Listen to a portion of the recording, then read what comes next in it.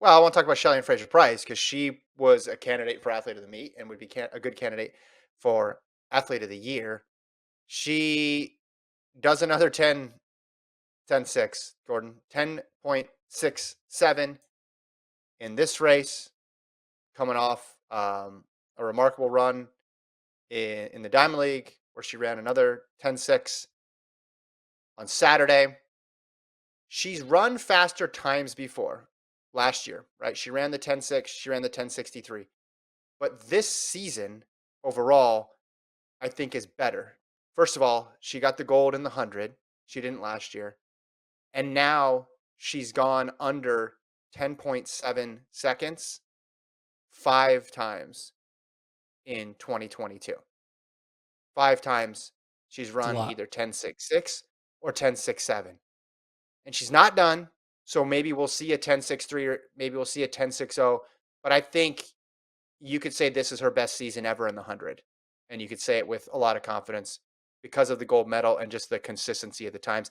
And if you just started paying attention to track right now and you look at Shelly-Ann Fraser-Pryce and you say, all right, she's 35 years old. She's just clicking off 10.6s. You say, man, early on in her career, she must have run a ton of 10.6s. Well, that's not the case. Remember, her PB heading into 2021 was 10.70. All of these marks have come in 21 and 22. And I think it's easy to forget that. But, since 2021, 10-6, 10-6-3, 10-6-6, 10-6-7, 10-6-7, 10-6-7, 10-6-7. Like the consistency has been remarkable. She's not done with this year either, but it feels like she could go until November running 10-6s. And it feels like she can go until 38, 39 years old, still winning gold medals.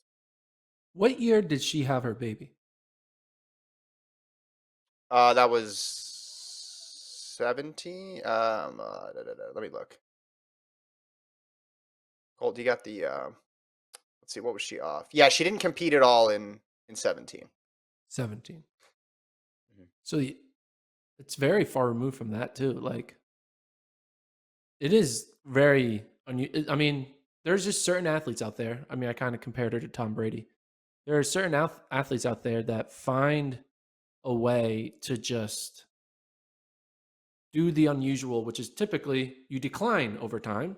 And then there are some athletes who kind of do the inverse, that over time Mhm. they get oddly better. You know, you look at that in a lot of some certain like women's marathoners, right? You see Mhm. someone like Kira D'Amato, who was a no name and now is running, all time marks for US women in the longer distances. And like, Mhm. this doesn't make sense. You're supposed to be great at age 25, and that's your prime, your athletic prime. But there are Yeah. certain athletes, specifically in track and field, who are able to shift their prime to the twilight of their career, which is unusual. And Shelly-Ann is like living proof of that, where she is the best she's ever been, despite being in the sport for 10 plus years.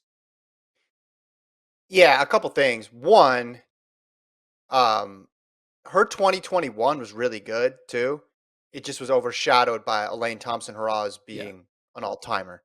And because Elaine Thompson Hurrah was so good, she didn't get gold in Tokyo. And because Elaine Thompson Hurrah was so good, you look at that 10.6 that she run, like, well, 10.5 is faster, which it is. But remember, she beat Thompson Hurrah in Lausanne last year. Like, so she was just right there with her. It just was a matter of Thompson Hurrah putting together an all-time performance. And I mean, credit to Fraser-Pryce for still going and not getting discouraged after that year, because I think a lot of people would. Second thing I'll say, her success has just made me rethink this whole age thing. Because then you look at Thompson Hurrah, who's 30, and part of the reason why I push back on your bad take about her never getting another gold is just because you look at Fraser-Pryce. Now, Fraser-Pryce might be, is an exceptional athlete. She's an exceptional case.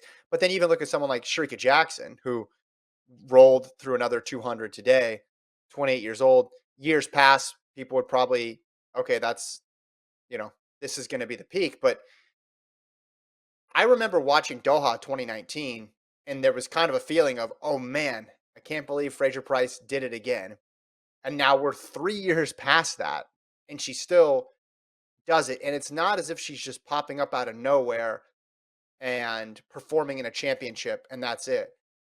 The consistency of performances too is what really makes you think, okay, this isn't competition dependent. It's not just like there was a weak spot in the 100 that one year and she took advantage. It's like she's doing it over and over and over again just to show you, no, this is the fastest she's ever been, and she's doing it at this stage of her career.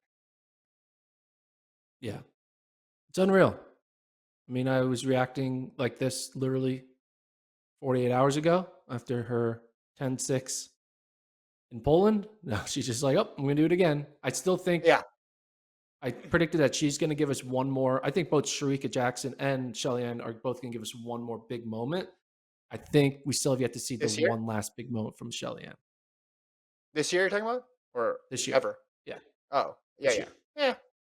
Maybe, maybe not. But she doesn't have to do anything, and I think it's still the best season of her career, Yeah, but just I with the still think we're going to consistency. get one more whoa moment. We just haven't Yeah, gotten it yet. you're big on We're going to get one Monaco. more. The problem with Monaco is the way that stadium is constructed, and you've been there, doesn't really allow for a tailwind, and it almost feels Yes. like everybody's just cheering for a tailwind for these two runners. It's just like, where can we get that 2.0? Like, where's that sweet, sweet 2.0 to push them to a fast time?